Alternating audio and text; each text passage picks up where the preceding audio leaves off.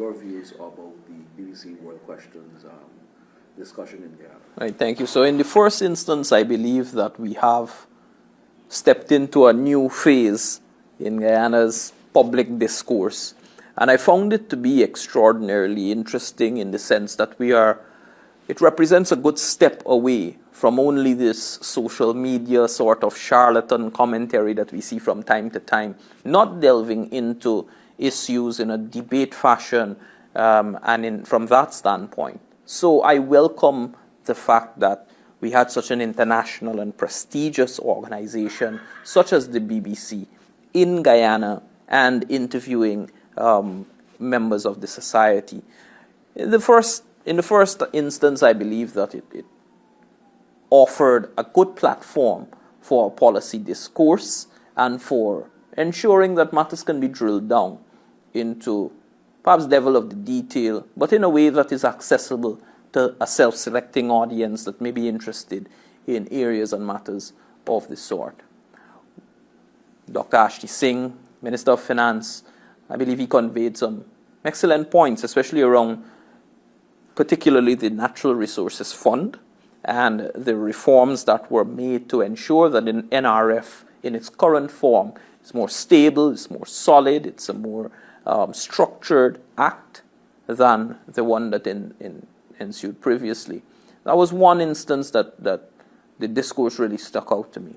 Secondly, I believe, was the one around education and the fact that now education is free from nursery to tertiary, as well as the Guyana Online Academy of Learning Scholarship program and what that fundamentally does for human capital or for the people development of Guyana. So from my perspective, those were two poignant areas of discussion, and I believe that more of these sorts of programs ought to be done in Guyana to ensure that we can have solid policy discourse, because really what it moves us from is an era of us just doing cosmetic, surface level commenting on issues, perhaps social media style, or some sort of anonymity hiding behind something, into who are you? What do you know about this topic? Present your standpoint. Present your point which may be critical, or present your point which may be supportive of a particular policy measure. I'm sure you realize that most of the crowd was a lot of young people. Yes. What are your thoughts about that? And most of the questions came from young people as well. Yeah. So it was interesting because in the first place, I recognize that there is an interest by young people into the development of our country. But some of the questions that were asked, I think, demonstrate that perhaps information is not being consumed in the way that it ought to, or the medium by which the consumers are paying attention to, it's either being fed with disinformation, misinformation, or not being able to garner from accurate and correct sources. So on the one hand, it was very heartening that there is this strong interest in the country's economic development.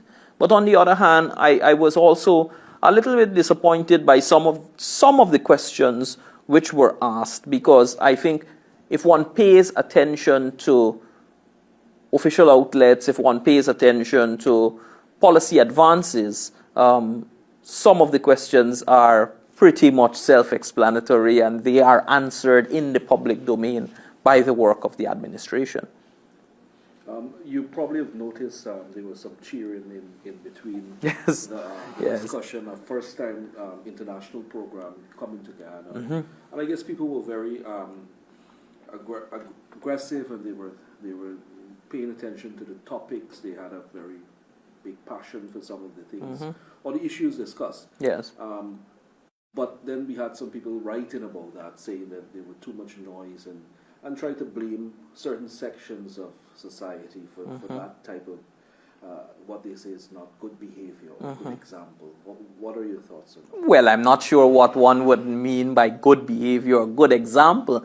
In particular, if there is passion behind a topic, or if someone feels strong about a point of view, From time to time, if faced with discussion or faced with an answer that may not be, the answer may be evasive from the actual question, you'll find that being happening. I can recall clearly several instances in the particular program where I saw that happen. So, for example, there was a discussion about holding public officials accountable. That one in clear order represented an area where I didn't see a question being answered. I believe there was an opposition MP there emanating from the major opposition party. And a question was asked directly about the leader of the opposition, and there was no response given. And one may expect that people, in speaking about holding office leaders accountable, that something of that nature, a question of that nature, would solicit a response. And I believe the discussion at that time, the thematic area was transparency and accountability. The government of Guyana was pressed on a number of questions in relation to transparency and accountability, which Dr. Singh rightly answered about the implementation of the Integrity Commission, the submission of annual returns to that, the functioning of the Public Procurement Commission, amongst many other areas, the Auditor General's reports and so forth. So I think one has to understand that we are passionate people about issues that impact us, and if questions which are being asked are not answered to the satisfaction of the audience, you can elicit that type of response. Yeah. No problem. Thank you. Sure, no problem. All right. Yes.